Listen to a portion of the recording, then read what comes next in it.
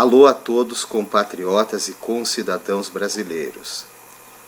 Neste domingo, dia 15 de março de 2020,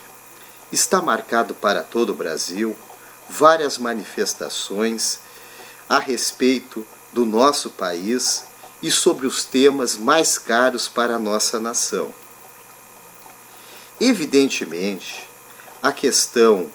e o medo do coronavírus fez surgir várias reflexões sobre se é ou não conveniente que haja essas manifestações em várias cidades do país, em função ainda das dúvidas e de eventuais perigos a respeito do coronavírus. Chama a atenção de todos que o coronavírus é uma doença ou uma pandemia que está ocorrendo predominantemente no hemisfério norte, pois naquela região do planeta está no inverno. Aqui no hemisfério sul, onde encontra-se o Brasil, ainda estamos no verão e, segundo estudos muito aprofundados e análises de como se comporta o coronavírus e outras formas de vírus gripais, tais vírus em temperaturas acima de 30 graus, como ocorre na maior parte de nosso país, inclusive na região sul, onde eu me encontro, e principalmente no Rio Grande do Sul, estamos em temperaturas elevadas. Portanto, por mais que deva haver precauções, deva haver uma certa cautela por parte da população em estar em locais fechados, em locais onde possa haver algum tipo de contaminação, entendo que, diante de estarmos no verão e das manifestações ocorrerem em praças e em demais logradouros abertos ao público, tendo uma devida cautela, tendo as precauções de higiene e de seguranças básicas, as manifestações podem ocorrer normalmente. Falando a respeito delas e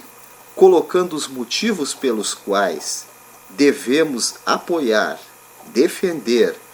e participarmos das manifestações, seja pelos meios físicos, através de reuniões, através de passeatas, seja pelos meios virtuais, como estou fazendo agora, e que tu que estás me escutando e me vendo nesse momento também pode fazê-lo, as manifestações desta data de 15 de março são fundamentais por uma série de razões. Eu trago vários argumentos para que você que está em dúvida se essas manifestações são ou não necessárias, são ou não pertinentes, são ou não legítimas, estão ou não de acordo com a Constituição, você possa formar sua convicção. Você acha justo que o Supremo Tribunal Federal, a mais alta corte de nosso país, o órgão do judiciário guardião da Constituição, o Tribunal da Federação, tenha ministros que fiquem 30 anos dentro do Supremo Tribunal Federal, como é o caso dos ministros Celso de Mello e do ministro Marco Aurélio, e que poderá acontecer com o ministro atual presidente da Corte, o senhor Dias Toffoli, que foi nomeado em 2009, e se for aposentado pelas atuais regras, irá até a década de 40 desse século. Você acha justo que mesmo os ministros que não estão há 30 anos no Supremo, mas que estão há mais de 2 décadas ou que estão beirando as 2 décadas, como é o caso do ministro Gilmar Mendes, possa ficar tanto tempo no Supremo Tribunal Federal? Numa república, evidentemente,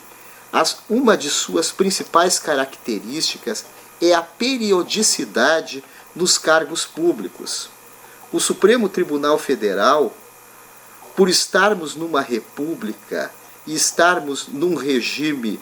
em que a cidadania em que a periodicidade de mandato seja a regra, evidentemente tem que ser revista essa questão de termos mandatos vitalícios no Supremo Tribunal Federal e com aposentadoria compulsória até os 75 anos. Em vídeo anterior, no dia 7 de março,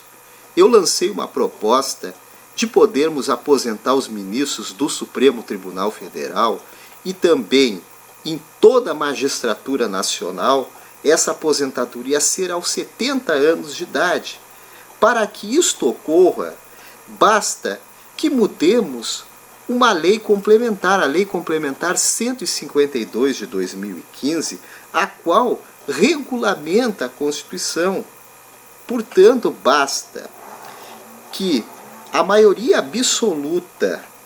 dos deputados e a maioria absoluta dos senadores, leia-se, 357 votos na Câmara dos Deputados e 41 votos no Senado,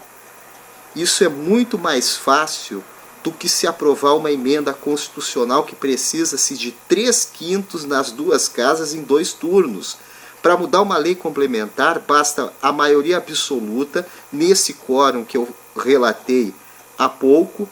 em um turno único. Portanto, com essa mudança, que é relativamente fácil, dependendo da pressão de todos nós, que nós façamos uma verdadeira mobilização cívica, um verdadeiro movimento de reforma do Supremo Tribunal Federal e do próprio Judiciário, nós podemos aposentar 4 ministros do Supremo, portanto abrindo 4 novas vagas, e ainda, além dessa aposentadoria compulsória de 4 ministros do Supremo, eu entendo que nós temos que fazer toda a mobilização possível a partir da data de hoje para exigirmos o impeachment dos ministros Dias Toffoli e Gilmar Mendes por eles reiteradamente cometerem crimes de responsabilidade no momento em que eles têm relações muito promíscuas com réus de processos criminais, que eles têm atuações e posturas inadequadas como ministros da Suprema Corte. Então esse recado eu dou em relação ao Supremo Tribunal Federal nessa data tão importante para nós, em que mesmo que em algumas cidades e regiões não hajam manifestações nas ruas ou nas praças, mas que haja essa indagação nas redes sociais. Você pode criar o seu grupo, você pode lançar essas questões que com certeza, se nos mobilizarmos, nós podemos mudar esse país. Com relação ao Congresso Nacional, nós precisamos de uma grande reforma política. É inadmissível, em primeiro lugar, que um presidente da Câmara, eleito com 74 mil votos, graças apenas ao voto de legenda, graças às sobras eleitorais, possa determinar a agenda do país. Também é inadmissível que um presidente do Senado,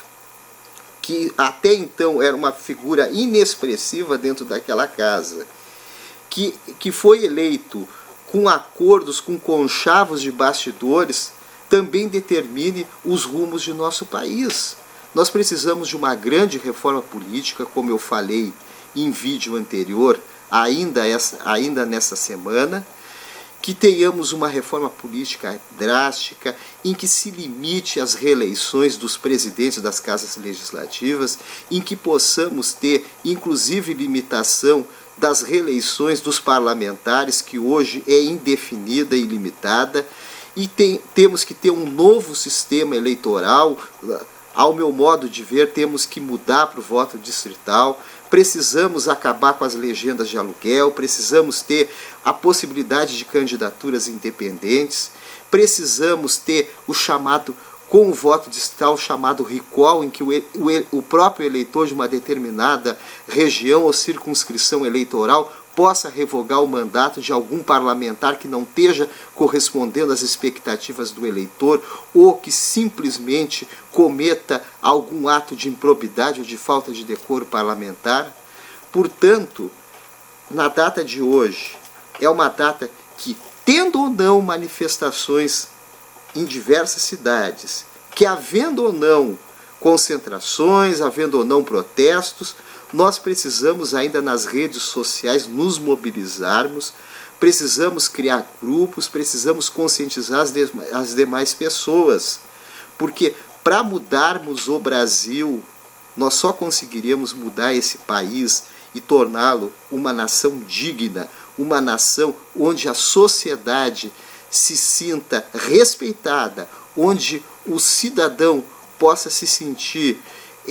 digno desse país, possa sentir que esse país tem alguma perspectiva no momento que mudarmos a mais alta corte do país, que é o Supremo, que hoje está fora das suas principais funções, está sendo uma corte simplesmente política de fazer um governo paralelo no Brasil, que o Congresso Nacional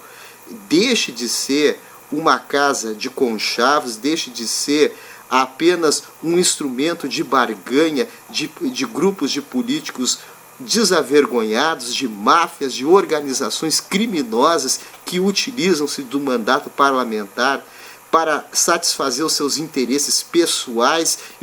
e atender a grupos de pressão. Nós precisamos mudar esse país, isso depende de nós, depende de muita reflexão e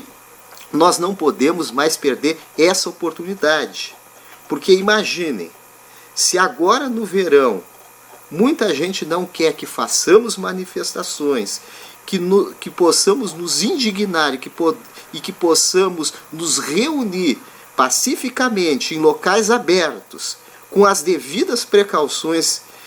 diante de qualquer ameaça de uma pandemia.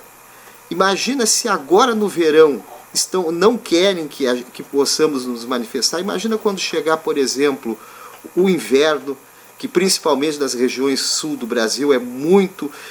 intenso e é muito severo. Mas eu coloco para vocês uma indagação. As campanhas eleitorais, convenções e a própria campanha em si, as próprias campanhas eleitorais vão começar durante o inverno. Vão começar, as convenções serão em junho, julho, a campanha eleitoral começará em agosto, durante o inverno. Será que irão recomendar tamanhas precauções e tamanhas cautelas durante o período eleitoral? Essa indagação eu lanço a você. Eu acho que a política não é só feita com eleições. Eleições são importantes, mas os rumos do país e as questões mais importantes do Brasil precisam ser discutidas desde agora. Não podemos deixar que no ano de 2020, por ser simplesmente um ano de eleições municipais, nos esqueçamos das grandes questões do nosso país e de podermos, nós, sociedade brasileira, darmos um rumo ao nosso país. Muito obrigado a todos. Espero que pelo menos essa data de hoje, de 15 de março, tendo ou não manifestações na sua cidade, nas suas regiões, que havendo ou não qualquer tipo de protesto de sua parte, de indignação diante da situação do nosso país em relação ao Supremo Tribunal Federal e ao Congresso Nacional, que pelo menos nas redes sociais, as nossas manifestações pelos meios virtuais, que essas sim não podem serem proibidas e essas sim não há qualquer perigo de contaminação, essas continuem e sirvam incomodando a classe política brasileira, porque essa não quer nos ver jamais a gente se manifestando, e eles não querem ver que lancemos as nossas indagações e as nossas principais indignações. Muito obrigado a todos e até o próximo vídeo.